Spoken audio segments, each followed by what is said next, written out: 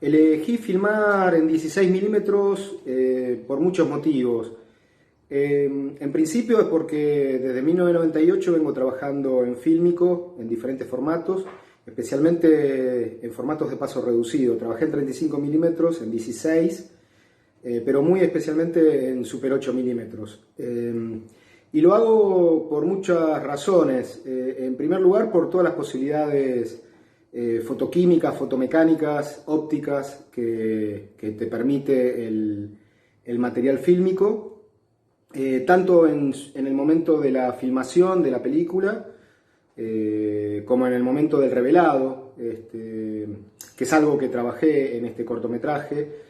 También te permite trabajar mucho la película con las manos en el momento del montaje, incluso te permite intervenir la película si quisieras.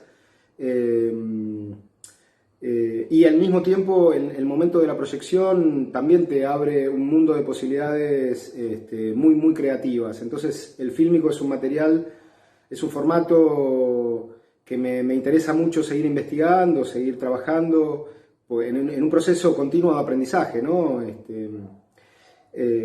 Por eso elegí, esa es una de las razones por las cuales elegí el 16 milímetros, pero también lo elegí por otra razón fundamental, que fue la posibilidad de poder trabajar con una cámara Bolex a cuerda de 16 milímetros que me prestó el director de fotografía del corto, Ignacio Tamarit. Me interesaba mucho trabajar con esa cámara por el aspecto que seguramente iba a tener la película. Yo quería trabajar con esa cámara a cuerda que te permite solamente filmar durante 30 segundos y no más, porque de algún modo me imponía ciertas limitaciones temporales y ciertas limitaciones físicas que le hacían muy bien, paradójicamente, a la película, ¿no? Yo quería emular de algún modo el cine mudo de principios del cine, ¿no? O sea, el cine de finales del siglo XIX, los primeros balbuceos del cine, y mi intención era que este corto fuera de algún modo como una película silente de esa etapa del cine, primigenia del cine, ¿no? Con muchas marcas matéricas en la película misma, pero especialmente con una especie de relato y una especie de narración pautada de algún modo a partir de la cámara de 16 milímetros, ¿no? De esta cuestión de un tiempo limitado, en el cual tener que narrar estableciendo perfectamente los límites que me imponía la cámara. El formato fílmico, además, en este sentido, me permitía muchas cosas. O sea, me permitía también de algún modo hacer exploraciones alucinatorias, exploraciones oníricas en relación a todo lo que le ocurría a los personajes, ¿no? Especialmente a la protagonista, Susana Varela. Entonces, nada, me parecía que por todas esas razones el formato de 16 milímetros le iba muy bien a esta película y era el más adecuado. Bueno, en realidad trabajé en base a dos fuentes, una fuente literaria y una fuente gráfica, ¿no? O sea, la literaria es el cuento de Lord Dunsany, donde suben y bajan las mareas, y la influencia gráfica, la referencia gráfica fue la adaptación que el dibujante Alberto Breccia hizo del mismo cuento, ¿no? En su famoso libro Breccia Negro. Me interesaban las dos cosas, porque en ambos casos me permitían sumergirme en un mundo alucinatorio, en un mundo propio de la época victoriana, ¿no?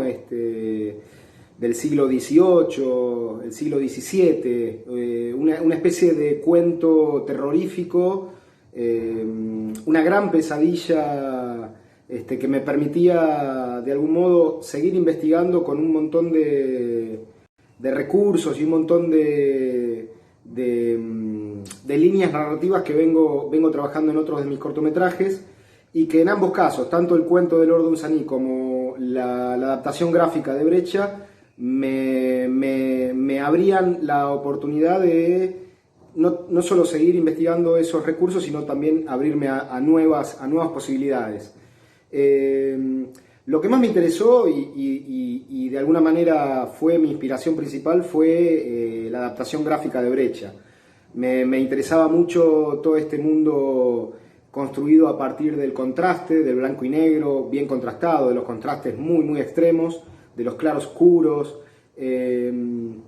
y nada, todo ese mundo opresivo, ese mundo de alguna manera terrorífico, eran justamente la fuente de inspiración para este cortometraje, ¿no? O sea, quería de algún modo, a partir de esos dibujos, a partir de esas figuras tan fantasmales, tratar de recrearlas fílmicamente, ¿no? en esta historia. Y por eso elegí trabajar tanto con la adaptación gráfica como con el cuento original de Lord Dunsany. La adaptación fue realmente muy libre, o sea, no me basé específicamente en el relato, ni de Lord Dunsany ni de Breccia, sino más bien en el universo que ellos ofrecían, ¿no? O sea, a partir de ese universo, que era lo más importante para mí, el clima, la atmósfera, ese mundo onírico que los dos proponían, a partir de eso yo me dejé ir libremente y empecé a crear una nueva historia.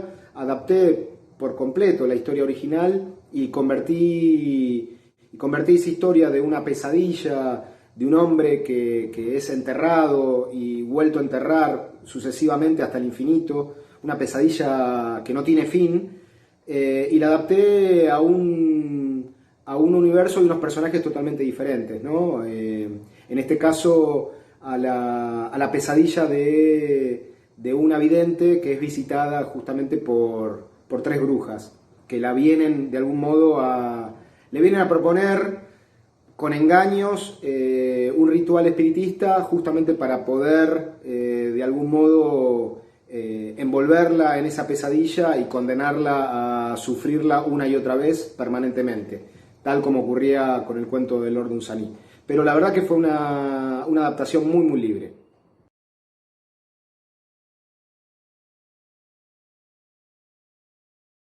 Mi idea era básicamente tratar de generar o buscar el modo de representar estos trances, ¿no? Estos trances pesadillescos que sufre la protagonista o que le hacen sufrir a la protagonista, ¿no? Esta especie de pesadilla a la que la condenan.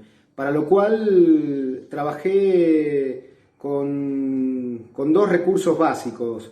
En primer lugar, con las posibilidades fotomecánicas y ópticas de la cámara de 16 milímetros, que me permitían trabajar con diferentes grados de obturación, y eso generaba una imagen de índole fantástica, ¿no? Una imagen donde la luz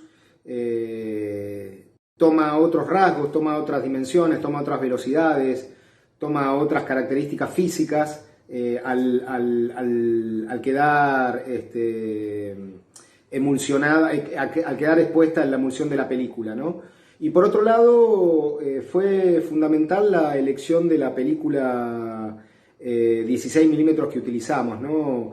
Elegimos trabajar con película reversible de 16 milímetros, tri-X, blanco y negro, que lo que tiene de particular es que si bien uno puede revelar esa película y tener una copia de proyección directamente, o sea, un positivo, al revelarlo de manera reversible, si uno no lo revela, o sea, si uno de algún modo elige no terminar el proceso y llegar a un proceso intermedio, también puede tener, con la misma película, obtener un material en negativo.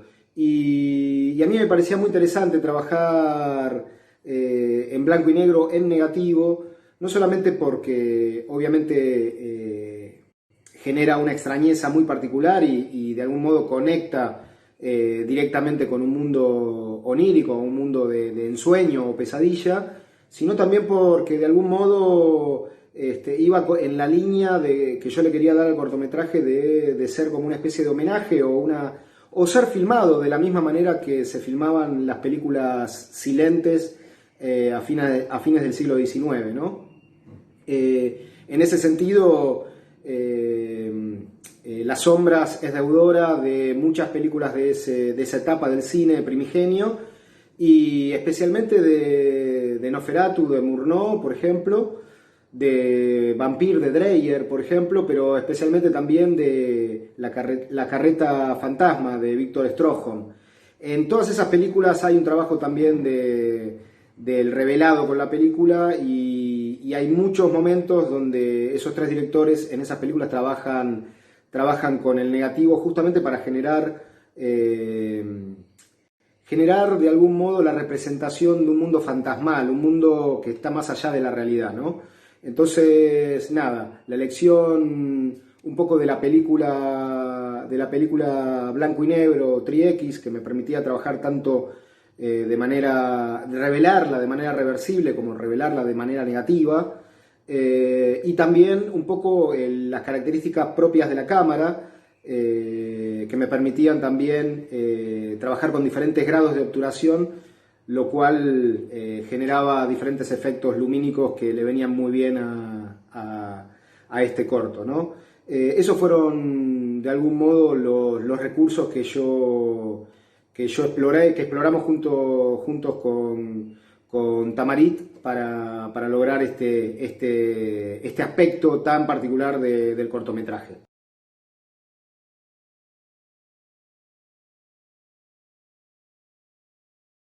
En relación al cortometraje, la verdad que yo lo considero como un formato autónomo y válido en sí mismo. No lo considero como un paso necesario ni intermedio hacia la posibilidad de filmar un largometraje. Son dos cosas para mí totalmente diferentes. Si bien filmé 4 largometrajes hasta el momento y espero poder seguir filmando largometrajes de acá a un futuro cercano, la verdad que mi trabajo en el cortometraje es permanente desde 1998, cuando empecé a estudiar cine en la Universidad del Cine de Buenos Aires. Me parece que me da una dinámica y un ejercicio permanente del cine. Me parece que me permite aprender permanentemente cuestiones técnicas, cuestiones relacionadas con la narrativa. Me permite al mismo tiempo romper un montón de formulaciones o esquemas narrativos que están fuertemente arraigados en el largometraje, y el corto creo que es un espacio de mucha libertad, es un espacio muy amable para los realizadores que quieren aprender a narrar, que quieren aprender a la técnica, pero que sobre todo pueden de alguna manera encontrar una voz propia en el cortometraje, ¿no? Un estilo o un modo propio de narrar, que el cortometraje, la verdad, de alguna manera alberga a un montón de posibilidades, ¿no? Creativas, estéticas. Es un espacio de mucha libertad que yo quiero mucho y en el cual me siento muy cómodo. Y creo que son dos cosas muy, muy diferentes, ¿no? Filmar un cortometraje es muy distinto a filmar un largo, tiene dificultades como tan grandes y tan complejas como filmar un largometraje, pero son de otra índole, ¿no? En el cortometraje obviamente lo que prepondera es la síntesis, el poder de síntesis del realizador, del narrador, pero al mismo tiempo, nada, como te decía, me parece que lo que a mí me hace volcarme desde 1998 al formato del cortometraje y seguir explorando permanentemente en este formato es un poco sus posibilidades de experimentación, de libertad narrativa, que no sé si tiene del mismo modo un largometraje, ¿no?